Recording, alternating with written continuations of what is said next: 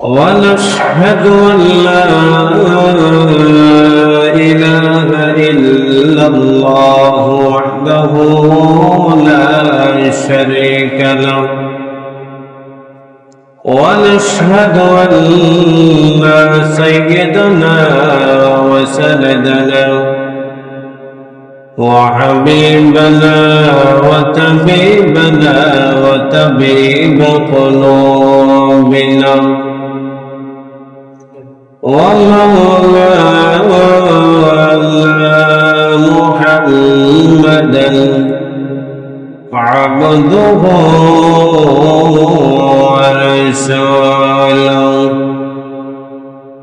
الذي أرسله بالحق بشيرا ونذيرا وداعيا إلى الله بإذنه وسراجا منيرا أما بعد فقد قال الله تعالى في كلامه المجيد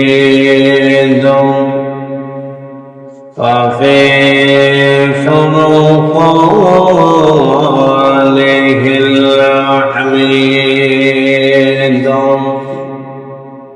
أعوذ بالله من الشيطان الرجيم بسم الله الرحمن الرحيم قل إن كنتم تحبون الله فاتبعوني يحببكم الله ويغفر لكم ذنوبكم والله غفور رحيم وقال رسول الله صلى الله عليه وسلم من أحب سنتي فقد أحبني ومن أحبني كان معي في الجنة أو كما قال عليه الصلاة والسلام صدق الله العظيم وصدق رسوله النبي الكريم ونحن على ذلك لمن الشاهدين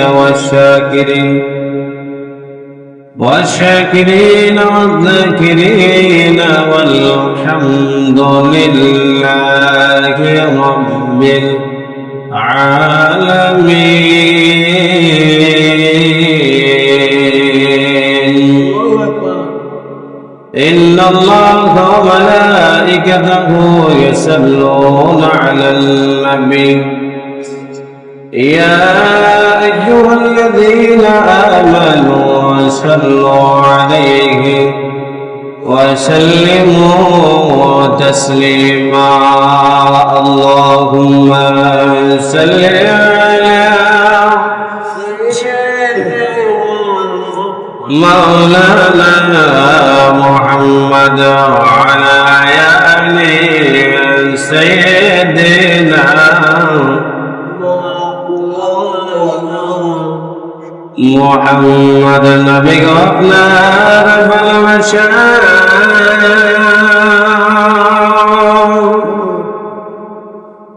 الله الولي فوتاي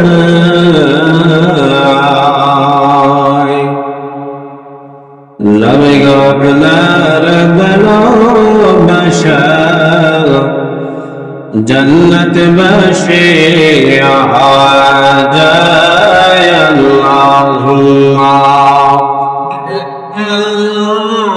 سيدنا مولانا محمد وعلى آله مولانا محمد صلى الله عليه وسلم اللهم صل وسلم وبارك عليه আল্লাহ পাক রব্বুল আলামিন আমাদেরকে আল্লাহর ঘর মসজিদে আসার এবং বসার তৌফিক দিয়েছেন, তাই আমরা অন্তরস্থল থেকে মহাব্বতে জোরে সরে বলি আলহামদুলিল্লাহ। নবীর আগমনের মাস, যে মাস ছিল রবিউল আউয়াল, আমাদের থেকে বিদায় নিয়ে গেছে। এখন হলো রবিউল সানির 3 তারিখ। রবিউল সানি 3 তারিখ, আজকে প্রথম জুম্মাবার এই মাসে।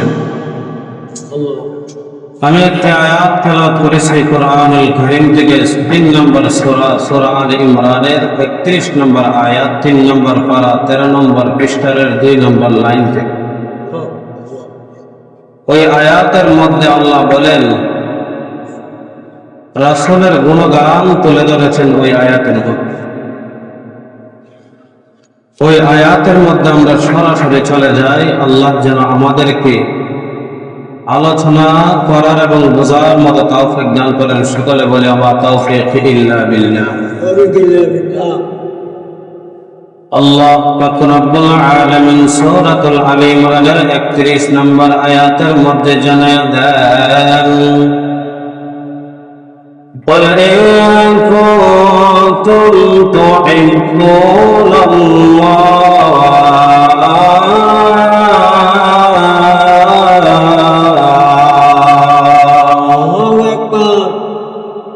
আল্লাহ আমার নবীকে উদ্দেশ্য করে বলেন, ও নবী আপনি তাদেরকে জানিয়ে দেন,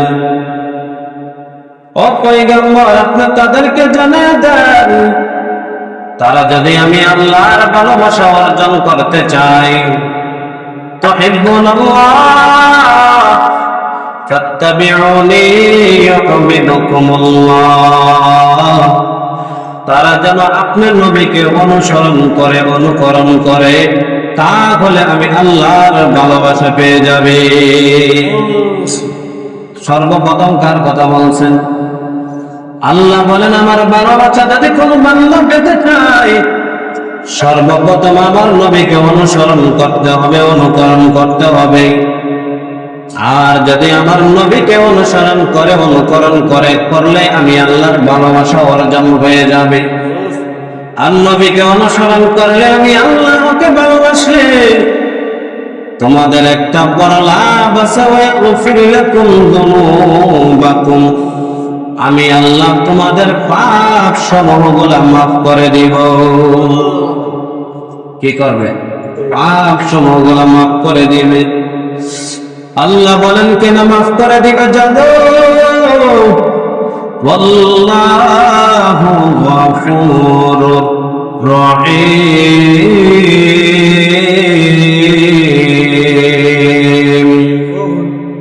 আল্লাহ বলেন আমি অত্যন্ত দয়ালু,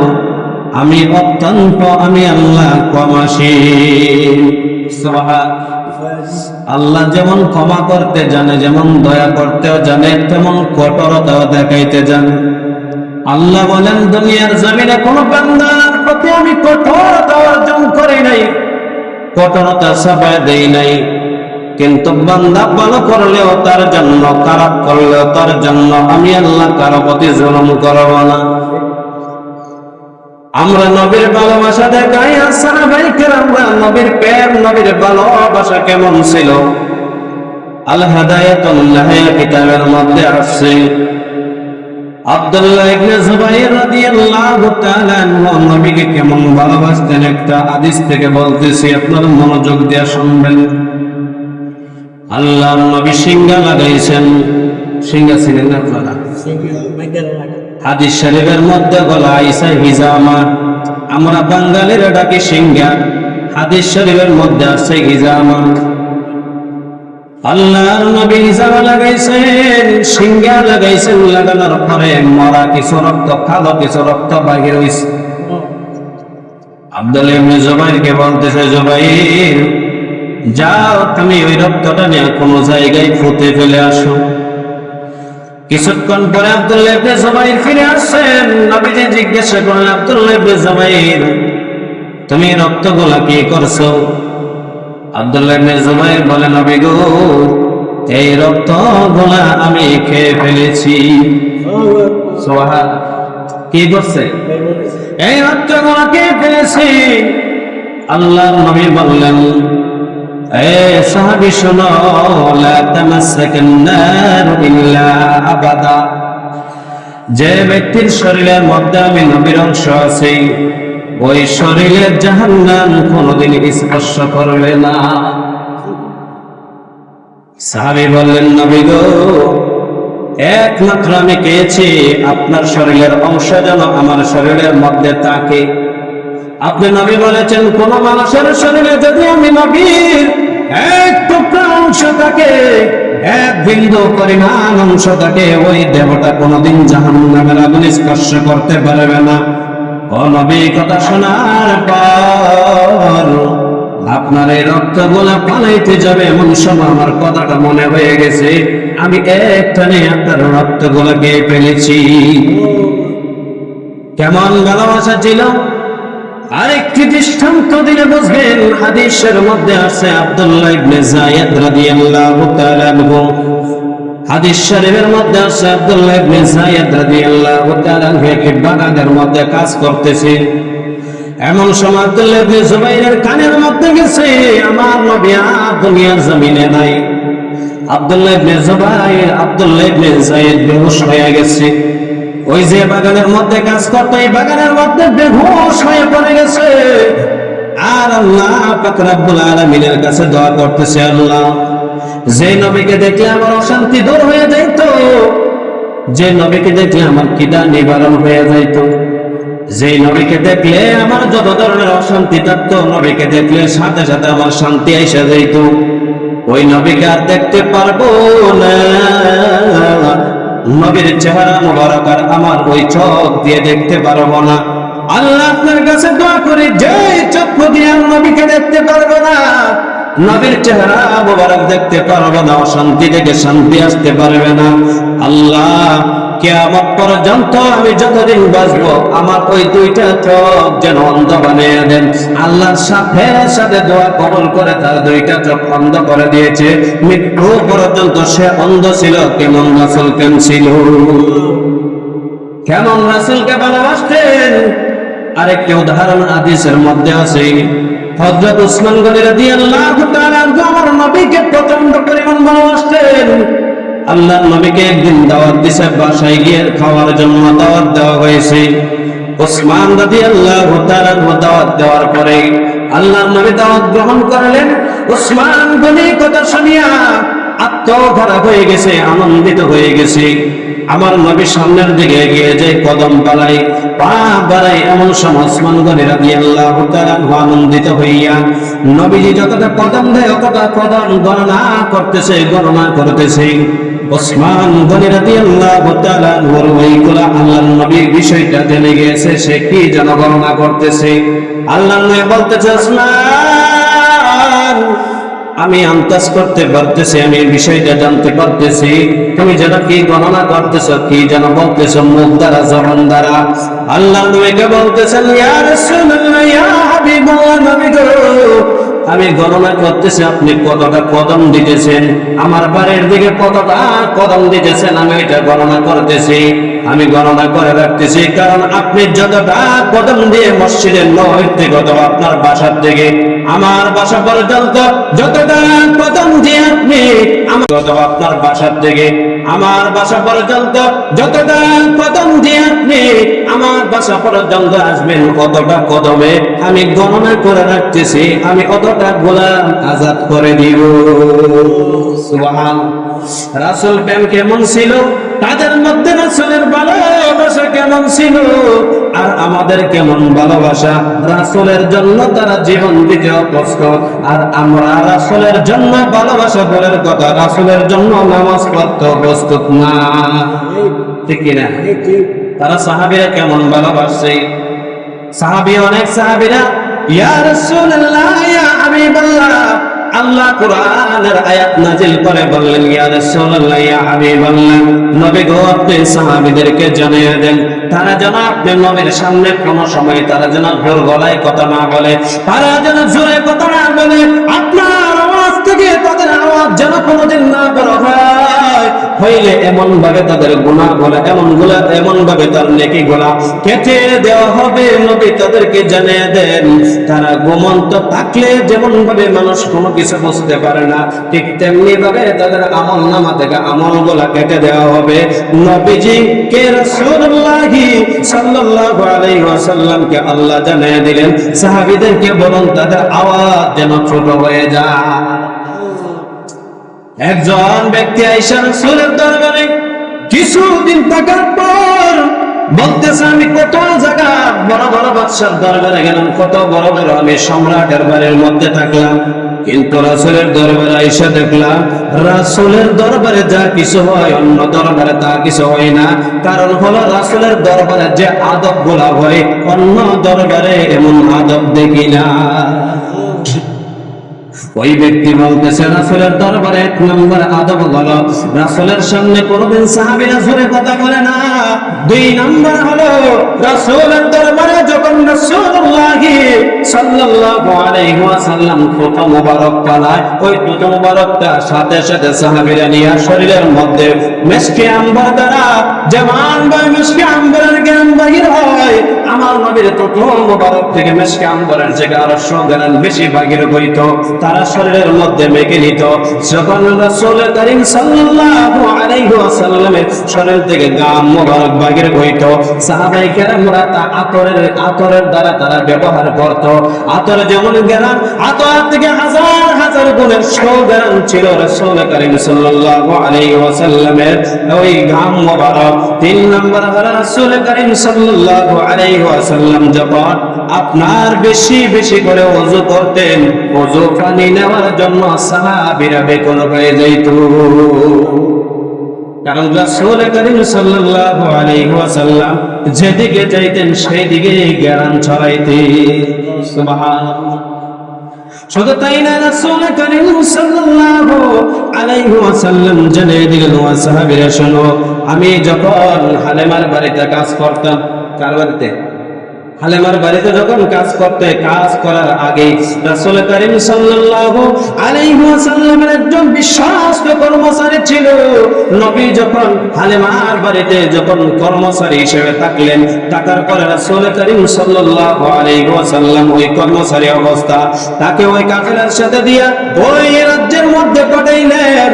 ওই সিরিয়ার মধ্যে পাঠানোর পর রাসূল করিম সাল্লাল্লাহু আলাইহি ওয়াসাল্লামের যে কর্মচারী ছিল ওই কর্মচারীকে বলছে, হালিমা ডাক দিয়া বললেন, হে কর্মচারী শোনো, সব কিছুর ব্যাঘাত ঘটতে পারে, কিন্তু মুহাম্মদের তুমি সব সময় খেয়াল রাখবা যেন কোনো ধরনের ব্যাঘাত না ঘটে। সুবহানাল্লাহ। ওই কর্মচারীকে বলছে, বলার পর ব্যবসা শুরু হয়ে গেছে। সিরিয়ার মধ্যে যে পণ্যটা সস্তা, ওই পণ্যটা আপনার মক্কার থেকে নিয়ে সিরিয়ার মধ্যে বিক্রি করে, যখন মক্কার মধ্যে সস্তা ওইটা সিরিয়ার মধ্যে বিক্রি করে, ওই সময় সর্বপ্রথম যখন ব্যবসা করছে, সর্বপ্রথম ব্যবসাটার মধ্যে সারা বছরের লাভবান থেকে ওই ব্যবসাটা সব থেকে বেশি লাভবান হয়েছে। আল্লাহর নবী যখন ওই ব্যবসার থেকে সিরিয়ান থেকে কাফেলা নিয়ে আসছে, ব্যবসা এই সময় কিছুদিনের জন্য বন্ধ হয়েছিল। কিছুদিনের জন্য বন্ধ হওয়ার কারণে ওই কর্মচারীকে বলতেছে, তুমি বলো তো দেখি এই ব্যবসার মধ্যে সব থেকে বেশি লাভ হয়েছে, অন্যদিন এত লাভ হয় নাই, ওইটা সব থেকে সর্বোচ্চ লাভ। কিন্তু ওই সিরিয়ার যখন গেছো, বলো তো কিছু ঘটনা ঘটছে কিনা, সবগুলো ঘটনা বলো। ওই কর্মচারী হালিমাকে ডাক দিয়া বলে, হালিমা, ওই কর্মচারী যখন ওই জায়গার মধ্যে খাদিজাতুল কুবরা রাদিয়াল্লাহু তাআলা আনহা কর্মচারীকে বলছে, কর্মচারী কি কি ঘটছে তুমি গো?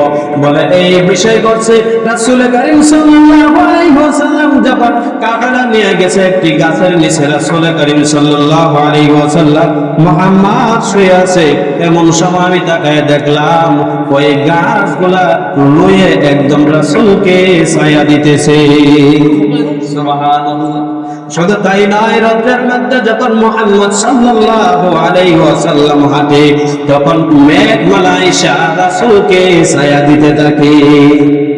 ওই ঘটনা যখন বলছে, বলার সাথে সাথে খাদিজা বলতেছে, শোনো, এই ব্যক্তি মনে হয় কোনো সাধারণ ব্যক্তি নয়। ওই খাদিজা ওই কথা শোনার পরে একজন সবচেয়ে বড় পণ্ডিত, সবচেয়ে বড় আলেমের কাছে গিয়ে বলতেছে, ও সবচেয়ে বড় আলেম, শোনো, ওই যুগের ভিতরে কি একজন আল্লাহর ওলি এবং একজন নবী আসবে, একজন ভালো মানুষের আবির্ভাব হবে? বলে, হ্যাঁ হ্যাঁ, একজন ভালো মানুষের আবির্ভাব হবে, একজন নবীর আবির্ভাব হবে। ওই তার নাম থাকবে মুহাম্মদুর রাসূলুল্লাহ সাল্লাল্লাহু আলাইহি ওয়াসাল্লাম। তার বাবার নাম থাকবে আব্দুল্লাহ, তার বংশের নাম থাকবে কুরাইশ বংশ, তার দাদার নাম থাকবে আব্দুল মুত্তালিব। সব কিছু মিলে গেছে। এই সময় ওই বান্ধবীরা খাদিজাতুল কুবরা রাদিয়াল্লাহু তাআলা আনহুর বান্ধবীরা বলতেছে, তুমি যে শুধু খাদিজাতুল কুবরাকে বলতেছে, তুমি শুধু মুহাম্মদের প্রশংসা করো। কারণ কি? বলে, মুহাম্মদের প্রশংসা যেহেতু করো, মুহাম্মদকে তুমি বিয়ার প্রস্তাব দিয়া দাও। কাকে বলতেছে? খাদিজাকে বলতেছে, তুমি বিয়ার প্রস্তাব দাও। বলে, না, বিয়ার প্রস্তাব দিলে যদি ওইটা যদি না মানে, ওইটা যদি ফিরিয়ে দেয়, তাহলে আমি খাদিজার জন্য লজ্জাজনক হবে। ওই বান্ধবীরা গিয়া বলতেছে, আল্লাহর নবীকে, ও মুহাম্মদ, তুমি শোনো, তোমাকে যদি কেউ বিবাহ করতে চায় তাহলে তুমি কি বিবাহ করবা? বলে, আমার তো টাকা পয়সা নাই, তাহলে আমি বিবাহ করব কিভাবে? বলে, যদি যে ব্যক্তি তোমার কাছে বিবাহ বসবে, ওই ব্যক্তি যদি তোমার সব খরচগুলো যদি গ্রহণ করে নেয়, তাহলে তুমি কি বিবাহ বসবা? বলে, ঠিক আছে, আমার দাদার সঙ্গে, আমার চাচার সঙ্গে, আবু তালেবের সঙ্গে তুমি গিয়া সবগুলো কথাগুলো বলো বিবাহ সম্পর্কে। বলার সাথে সাথে চাচা রাজি হয়ে গেলেন, খাদিজাতুল কুবরাকে বিবাহ করে ফেললেন। কি করলেন? বিবাহের সাথে সাথে খাদিজাতুল কুবরার যত ধন সম্পদ ছিল সব কিছু রাসূলকে দিয়ে দিছে। কাকে দিয়ে দিছে? রাসূল কি ধন সম্পদের জন্য বিয়ে করছে? না। কিসের জন্য বিবাহ করছে? একমাত্র কারণ হলো তার ওই ব্যক্তির পছন্দ হয়েছে, রাসূল কারীম সাল্লাল্লাহু আলাইহি ওয়াসাল্লামকে পছন্দ হয়েছে, রাসূল কারীম সাল্লাল্লাহু আলাইহি ওয়াসাল্লাম পছন্দ করছে। ওই ধন সম্পদ দেখে ওই ধন সম্পদ রাসূলকে দিয়ে দিছে। রাসূল বললেন, না, আমি ধন সম্পদ নেব না, আমি ধন সম্পদের জন্য তোমাকে বিবাহ করি নাই। কারণ হলো ওই ধন সম্পদ, খাদিজাতুল কুবরা বলে, ওই ধন সম্পদ আপনাকে আমি দিয়ে দিছি, আপনি পারলে এখন আল্লাহর রাস্তায় দান করে দেন। সুবহানাল্লাহ। কি করছেন? আল্লাহর রাস্তায় দান করে দিয়েছেন। ইসলামের জন্য, ইসলামের যত কাজ আছে ভালো কাজ, ওই কাজের মধ্যে রাসূল কারীম সাল্লাল্লাহু আলাইহি ওয়াসাল্লাম ধন সম্পদ লাগাই দিয়েছে। সুবহানাল্লাহ। খাদিজাতুল কুবরার আরো দুইটা বিয়ে হয়েছিল। কয়টা? দুইটা বিয়ে হওয়ার পরে দুই স্বামী যখন মারা গেছেন, তখন রাসূলুল্লাহ সাল্লাল্লাহু আলাইহি ওয়াসাল্লামকে স্বামী হিসেবে গ্রহণ করেছিলেন। তারপরে অনেক লম্বা ইতিহাস। বিবাহ হওয়ার পর ইতিহাস শুধু আপনার বাড়তেই থাকে, দিন যাইতেছে, রাত যাইতেছে। আপনার দিন যখন 40 বছর হয়ে গেছে, 40 বছর হওয়ার পর আল্লাহ পাক রব্বুল আলামিন বললেন, রাসূল, এখন আর বসে থাকার সময় নয়, আপনি এখন দাওয়াত দেওয়া শুরু করেন। কি দেওয়া শুরু করবেন? দাওয়াত দেওয়া শুরু করবেন। ওই দাওয়াত দিতে দিতে মানুষদেরকে, লোকজনদেরকে, আত্মীয় স্বজনদেরকে ডাক দিলেন। ডাকার পরে বললেন, এই কুরাইশ বংশের যারা আছো, তোমরা সবাই ওই পাহাড়ের উপরে আসো। পাহাড়ের উপরে আসার পর রাসূল কারীম সাল্লাল্লাহু আলাইহি ওয়াসাল্লাম বলেন যে, আমি যে কথা বলি তোমরা কি এই কথা বিশ্বাস করো? সবাই বললেন, হ্যাঁ, আপনার কথা আমরা বিশ্বাস করি। কারণ হলো, কোন ঈমানদার আল আমিন উপাধি দেয় নাই, কাফের মুশরিক বেঈমানদের আল আমিন উপাধি দিছিল। কে দিছিল? কাফেররা, ইহুদিরা। তারা কি করছিল? আল আমিন উপাধি দিছিল। উপাধি দেওয়া বলছিল, আপনি চির সত্যবাদী, আপনার উপরে সত্যবাদী আর কে নাই। ওইটা উপাধি দিয়া যখন তাদেরকে পাহাড়ের উপরে বলতেছে, তোমরা কি আমার কথা বিশ্বাস করো? বলে, হ্যাঁ, আপনার কথা বিশ্বাস করি। এক দলকে বলতেছে, তোমরা শোনো, আমি যদি বলি পাহাড়ের এই ভয়ঙ্কর কিছু আছে বা গনিমতের মাল আছে, তাহলে তোমরা কি বিশ্বাস করো? এক দলে বলতেছে, আমরা বিশ্বাস করি। আরেক দলে বিশ্বাস করি না। কারণ হলো, যেটা না দেখি এটা কিভাবে বিশ্বাস করেছে? এক দলে কি কয়, দেখি না, বিশ্বাস করবো কিভাবে? আরেক দলে কয় যে, না দেখলেও আপনার কথা আমরা বিশ্বাস করি। কারণ হলো, সে কি সত্যবাদী। সে কি?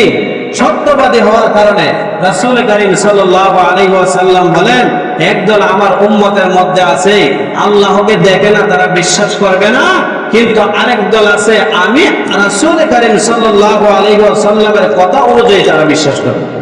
সুবহানাল্লাহ, করবে কিনা? একদল আছে বিশ্বাস করে না, আল্লাহ বলতে কিছু আছে এরকম বলে তারা। আরেকটা বিষয়, পূজা মনে শুরু হইতেছে।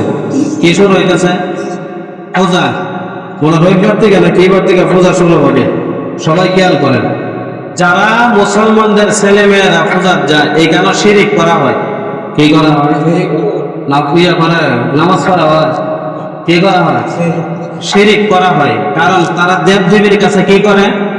মাথা নত করে। কি করে? আল্লাহ ব্যতীত পৃথিবীর জমিনে আর কারো কাছে মাথা নত করা জায়েজ নাই, যাবে না। ওইগুলা করা হারাম। এগুলা কি? হারাম, শিরিক। শিরিক কোন ব্যক্তি যদি করে তার পিছনের আমল সবকিছু বরবাদ, সে নাস্তিক হয়ে যাবে, কাফের মুশরিক হয়ে যাবে সাথে সাথে। তাহলে পূজা যখন শুরু হইতেছে, আমাদের মুসলমানের সন্তানরা যায়নি, যায় না মনে হয়। হাদিস শরীফের মধ্যে এমন ভাবে আসছে, কোন ব্যক্তি যদি মুসলমান হোক হিন্দু হোক, এক ঘরে আগুন লাগলে কিন্তু আরেক ঘরে গিয়ে সিরা করে, করে কিনা?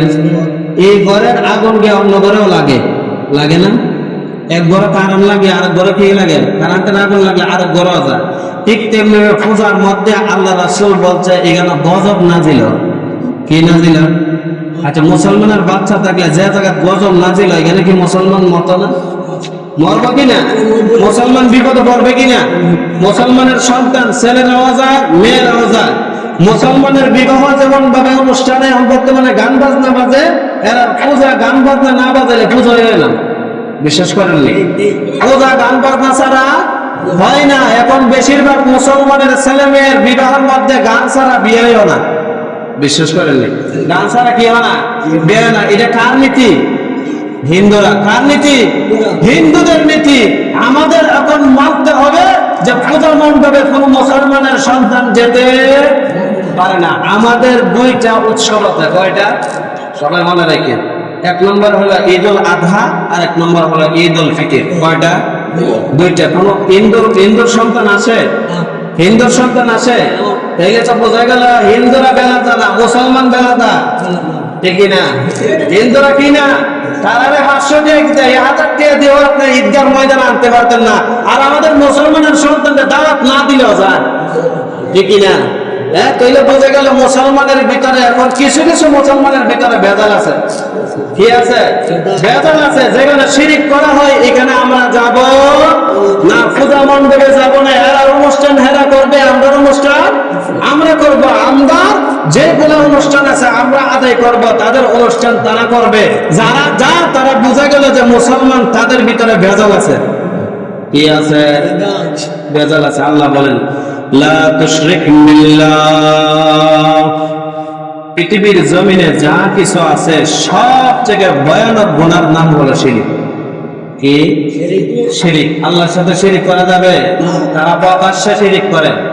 পৃথিবীর জমিনে যত ধর্ম আছে সব থেকে মনোনীত ধর্ম, আল্লাহর পছন্দনীয় ধর্মের নাম হলো ইসলাম। ইসলাম একমাত্র শান্তির পথ। অন্য ধর্ম আল্লাহর কাছে গ্রহণযোগ্য না। আল্লাহ বলছেন ইন্নাদ দীনা ইনদাল্লাহিল ইসলাম। আমি আল্লাহর কাছে একটা ধর্মই মনোনীত, একটা ধর্মই পছন্দনীয়, একটা ধর্মই আমি আল্লাহ দিয়েছি। ওই ধর্মের নাম হলো ইসলাম। ধর্মের নাম কি?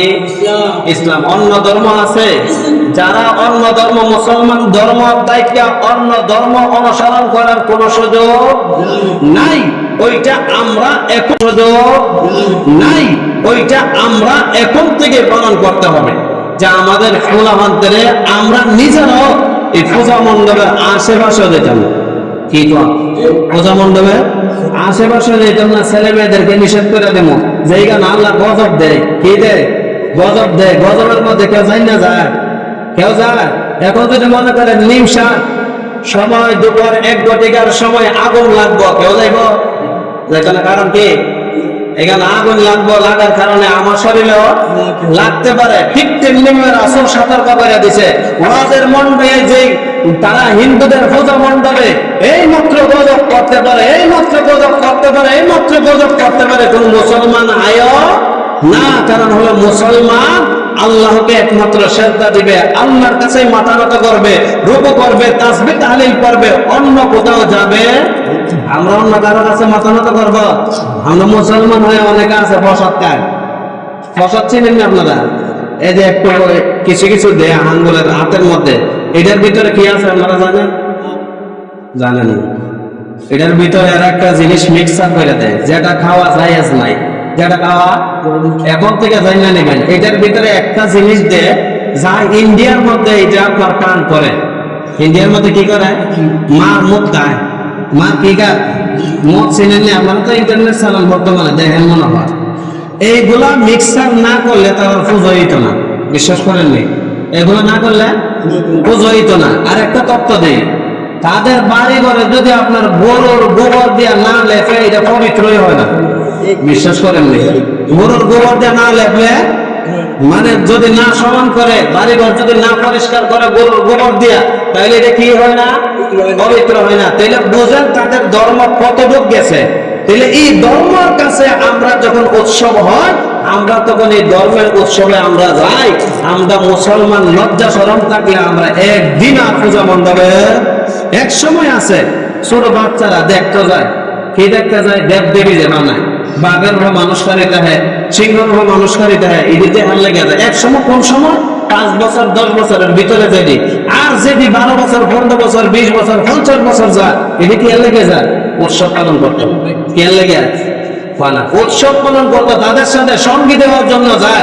আমার বন্ধু লাগে, আমার মুসলমান হিন্দু বাইরে ভাই থাকে, মুসলমান হিন্দু বাইরে বন্ধু বানায়, ওই তাদের উৎসবে না গেলে রাগ হইব। ওই কারণে কি করে পূজার যায়, এইটা যাওয়া না যায়। এটা না যাওয়া কি না যায়, ওইটা যাওয়া যাবে। এখন থেকে জানলেন তো ইনশাল্লাহ, এখন থেকে যাইবেন না। আর একটা বিষয় আছে, আল্লাহ রাসূল বলছে তোমরা হিন্দুদেরকে মনে মনে অন্তত পক্ষে সরাসরি যদি ঘৃণা না করো, মনে মনে ঘৃণা করো। কিসে মনে মনে ঘৃণা করার কারণ কি বলেন তো? সে বিধর্মী, সে শিরিক করে। সে কি করে? শিরিক করে। সে বিধর্মী, সে শিরিক করে। তার সাথে বেচা কিনা ওটার কাছে সবকিছু করতে পারেন, বন্ধুত্ব করেন না। কি করেন না? বন্ধুত্ব রাসূল বলছে যার সাথে চলাফেরা বন্ধুত্ব হাসরের ময়দানে তার সাথেই উঠবে। তার সাথে কি করবে? উঠবে। যদি হাসরের ময়দানে হিন্দু বেটার লাগে ওঠেন, কই যাবেন? আপনারা কোন না হিন্দু বেটার লাগে উঠলে কই যাবেন? হিন্দু বেটা জান্নাতে যাইব, কই যাইব? এর একবার একটা কথা আছে না এলাকার ভিতরে, দেখেন বেশিরভাগ ফি নারি জাহান্নামা খালিদিনা ফিহা, ডাইরেক্ট জাহান্নাম। সুদা সাদা অর্থ, সুদা সাদা কি মানুষের অর্থ করে, কিন্তু এটার অর্থ এটা না। কিন্তু ফি নারি জাহান্নামা খালিদিনা ফিহা, এরা সুদা জাহান্নামে যাবে। এইটাতে দেখেন যে সুজা বিধর্মী যারা আছে, মৃত্যুর আগ পর্যন্ত যদি ঈমান না আনে, লা ইলাহা ইল্লাল্লাহ যদি না বলে, তাহলে তারা কই যাইব? ওটা বসা যাবে, বন্ধুত্ব করা যাবে, কি করা যাবে? লেনদেন করা যাবে, এমনি কি করতে হবে? বেচা কিনা করা যাবে, কিন্তু বন্ধুত্ব কইরেন না, বন্ধুত্ব কইরেন না। মুসলমানের কি খাপ পড়ছে? মুসলমানের কি অভাব করছে? মুসলমান কি সংখ্যায় কম? তার সাথে বন্ধুত্ব করেন, ভালো মানুষের সাথে বন্ধুত্ব করেন। আমরা গিয়ে সকল খারাপ মানুষের সাথে বন্ধুত্ব করি, ঠিক না? যারা 2 নম্বরে ব্যবসা করে, 2 নম্বরে কারবার করে, যারা 2 নম্বর মানুষই নিজে 2 নম্বর, তাদের সাথে দেখবেন বেশিরভাগ বন্ধুত্ব। ভালো মানুষের সাথে চললে হুজুর হয়ে গেছে গা, এরকম আছে না? নাই টিটকারি করে কিনা, হুজুর হয়ে গেছে গা, তুমি দাড়ি লাগাই নিছ, তাহলে কি তোমার দাড়ি লাগানোর সময় আছে গা? দাড়ি লাগাইবেন কোন সময়? টুপি লাগাইবেন কোন সময়? মৃত্যুর যেমন সময় নাই, দাড়িও তার সাথে যত দাড়ি রাখবেন, টুপি যখন আপনি বুঝবেন তখন থেকেই মাথাত লাগাইবেন। ওইটাই হলো মুসলমানের আসল নিয়ম আর কারণ, ঠিক না? হ্যাঁ, হুজুর হয়ে গেছে গা, এটা যদি টিটকারি করে কোন মানুষ যদি রাসূলের একটা বিন্দু থেকে বিন্দু পরিমাণ সুন্নাহ নিয়া, এমনকি রাসূলের অঙ্গভঙ্গি নিয়া, রাসূলের স্ত্রীদেরকে নিয়ে ফুটুক্তি করে, সাথে সাথে সে নাস্তিক হয়ে যাবে। সাথে সাথে কি টুপি নিয়ে মস্কারি করা যাবে, দাড়ি নিয়ে করা যাবে, পাঞ্জাবি নিয়ে করা যাবে, চুল নিয়ে করা যাবে, এইগুলা করা যাবে না। রাসূলের যা কিছু আছে তা কিছু নিয়ে কোনো মানুষ যদি একটু বিন্দু পরিমাণ এদিক সেদিক করে, সাথে সাথে কি হবে? নাস্তিক। সাথে সাথে কি? নাস্তিক। আর যে মানুষ নাস্তিক হয়ে যায় তাকে কতল করা ওয়াজিব। কতল করা কি ওয়াজিব বুঝেননি? রাসূল করিম সাল্লাল্লাহু আলাইহি ওয়াসাল্লামের স্ত্রীদেরকে নিয়ে যদি কটূক্তি কথা বলেন, রাসূল বিবাহ করেছে 11টা, যদি বলেন বিভিন্ন ধরনের অঙ্গি ভঙ্গি দিয়ে যদি লেখেন অথবা কথা বলেন, সাথে সাথে ঈমান শেষ। সাথে সাথে কি ঈমান শেষ। সাথে রাসূলের যদি একটা কোনো বিষয় নিয়ে যদি আপনি তুচ্ছ তাচ্ছিল্য করে কথা বলেন, সাথে সাথে কি ঈমান শেষ। তাহলে রাসূলের যা কিছু আছে এইগুলা বলার সময় আপনি সাবধানতা অবলম্বন করতে হবে, সাবধানে কথা বলতে হবে। যদি এদিক সেদিক হয়ে যায় আমাদের কি থাকবে না? ঈমান থাকবে না। রাসূল বলেন পৃথিবীর জমিনে সবচেয়ে দামি জিনিসের নাম হলো ঈমান। সবচেয়ে দামি জিনিসের নাম কি? আমরা যদিও বলি বিল্ডিং আছে, 5 তলা বিল্ডিং আছে, কিন্তু নামাজ পড়ি না। 5 তলা বই আছে, জমি জমা বিভিন্ন ধরনের ধন সম্পদ আছে, নামাজ পড়ি না। বছরে বছরে হজ করি, মানুষের নামে গীবত করি, বছরে বছরে দেখবেন হজ করে দেখবেন মানুষের নামে গীবত গুমান করে, রাস্তাঘাটে সব জায়গায় করে।